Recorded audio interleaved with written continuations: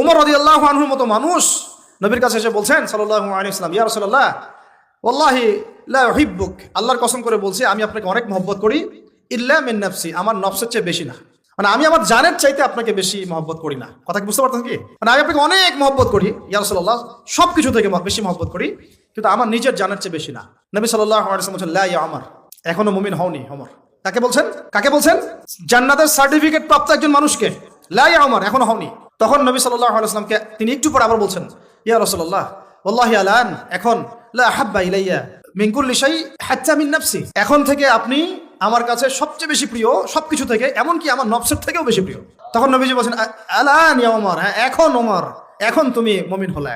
তাহলে যারা আমরা নবীর সুন্নতের খেলাফ এইসব অপসংস্কৃতি, নোংরামি, জেনা, ব্যভিচার, কনসার্ট, নাটক, সিনেমা, পরকিয়া, এইসব তথাকথিত ভালোবাসা দিবস, এই জেনা দিবসগুলো পালন করছি, আমরা কি আসলেই নবীকে ভালোবাসি? আমরা কি সত্যি আল্লাহকে ভালোবাসি?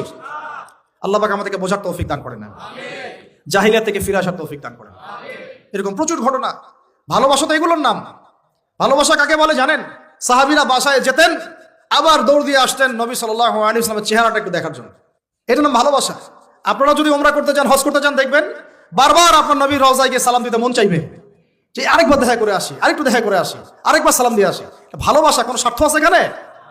নবী সাল্লাল্লাহু আলাইহি ওয়াসাল্লাম কি আমাদের কাছে কোনো স্বার্থ দাবি করেছেন? আল্লাহ করেছেন? এগুলো ভালোবাসা। এই ভালোবাসা হলো প্রকৃত ভালোবাসা। আর এগুলো যেটা চলছে এটা হচ্ছে যৌনতা। এগুলো কি চলছে? যৌনতা। ভালোবাসার নাম দিয়েছে এখন যৌনতা। এগুলো ভালোবাসা না, এগুলো পাশবিকতা, প্রবৃত্তির দাসত্ব। প্রবৃত্তি মানে মন যা চায় তাই করতে চাচ্ছে। আপনার মন চাইছে একটা মেয়ের সাথে রাত কাটাবেন, এটাকে আপনি ভালোবাসা নাম দিলেন, কিন্তু এটা হচ্ছে ভালোবাসা না, এটা কি প্রবৃত্তি, পশুত্ব, দাসত্ব, পশুত্বের দাসত্ব করছেন। আল্লাহ পাক আমাদেরকে কথাগুলো বোঝার তৌফিক দান করেন। এরকম সাহাবীরা কত ত্যাগ করেছেন। তালহা রাদিয়াল্লাহু আনহুর নাম শুনেন না অনেকেই। নবী সাল্লাল্লাহু আলাইহি ওয়াসাল্লাম উহুদ যুদ্ধের দিন সংকটময় একটা অবস্থায় ছিলেন।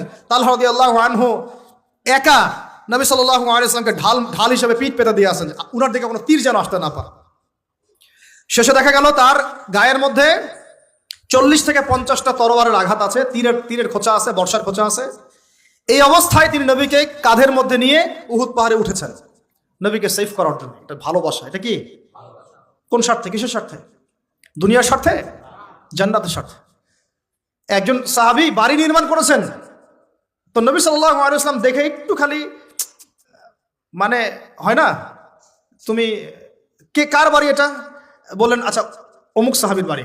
নবীজি একটু ভ্রু কুঞ্চিত করলেন, পছন্দ করলেন না, কিছু মুখে বলেন নাই, মুখে কিছু বলেন নাই, খালি একটু অসন্তুষ্ট হয়েছেন, এক্সপ্রেশন দেখতে বোঝা যাচ্ছে। তখন ওই সাহাবীকে জানানো হলো, তোমার বাসার সামন দিয়ে তো আল্লাহ নবী সেদিন হেঁটে গেলেন, তারপর আমার বাসা দেখে, তোমার বাসা দেখে আল্লাহ নবী সাল্লাল্লাহু আলাইহি ওয়াসাল্লাম একটু অসন্তুষ্টি প্রকাশ করেছিলেন, মুখে কিছু বলেন নাই, এক্সপ্রেশন ছিল একটু অসন্তুষ্টিমূলক। 3 দিনের মধ্যে সেই বাড়ি ভেঙে গুড়িয়ে দিয়েছেন।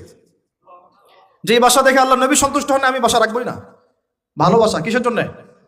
কার জন্য? কার স্বার্থে বলেন? আল্লাহর জন্য, জান্নাতের জন্য, আল্লাহর স্বার্থে, আল্লাহর জন্য।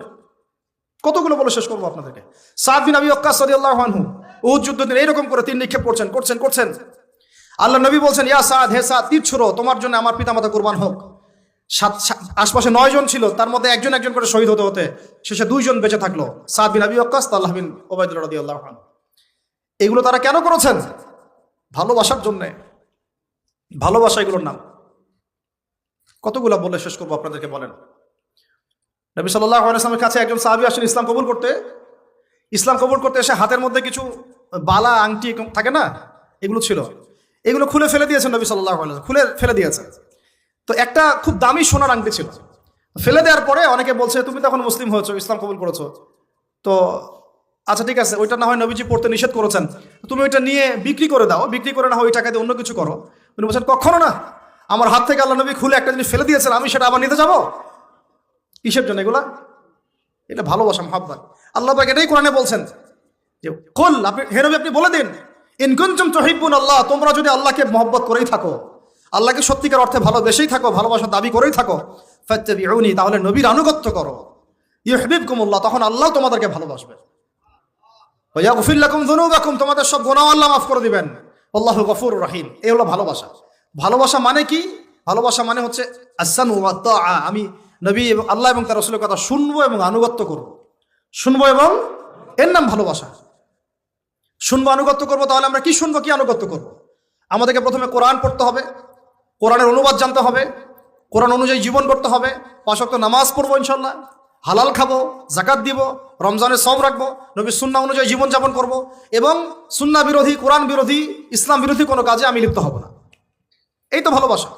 এই ভালোবাসা যদি বহিঃপ্রকাশ ঘটাতে আমরা ব্যর্থ হই, নিজেও ধ্বংস হব, পরিবারও ধ্বংস হবে, আমাদের পরের প্রজন্মও ধ্বংস হবে, সমাজও ধ্বংস হয়ে যাবে।